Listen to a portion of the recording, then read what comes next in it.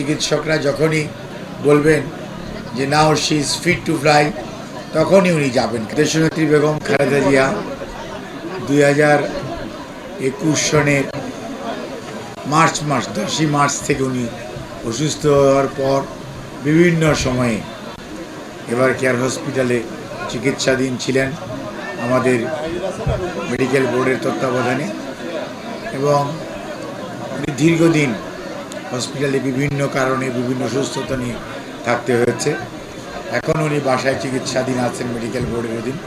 Actually Bangladesh থেকে আমরা ওনাকে যে সমস্ত জায়গায় নেওয়ার জন্য ডাক্তার সাহেবরা বলেছেন, ইউকে অথবা ইউএসএ বা জার্মানি, ইউকেতে যেতে হলেও 12 থেকে 14 ঘন্টা ফ্লাইং টাইম, এবং এটা একটা ফিজিক্যাল ফিটনেস অত্যন্ত গুরুত্বপূর্ণ।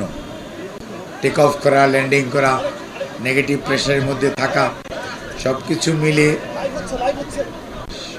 মিলে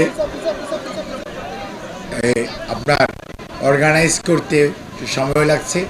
প্রস্তুতিটা হচ্ছে ওনার শারীরিক প্রস্তুতি। চিকিৎসকরা যখনই বলবেন যে now she is fit to fly তখনই উনি যাবেন। কাজেই এমনি পত্রপত্রিকায় বিভিন্ন কথা লেখা হয়, আমরা কিন্তু এগুলো কোনোটাই গণমাধ্যমকে বলি না। এটা স্পেকুলেশনের উপর অনেক সাংবাদিক বন্ধুরা বিভিন্ন নিউজ করেছেন বা করছেন।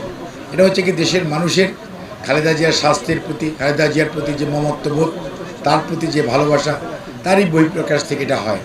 এটাকে আমরা দোষের কিছু মনে করি না, এবং আমরা মনে করি আপনারা দেখতে পাবেন ইনশাআল্লাহ খুব সহসাই চিকিৎসকদের পরামর্শক্রমে ইনশাআল্লাহ উনি দেশের বাইরে, এখন উনি প্রথম হয়তো উনি ইউকেতে যাবেন, পরবর্তীতে ওখানকার চিকিৎসকদের পরামর্শক্রমে উনি অন্য কোথাও যদি যেতে বলেন তাহলে সেখানে চিকিৎসা নেওয়ার জন্য যাবেন।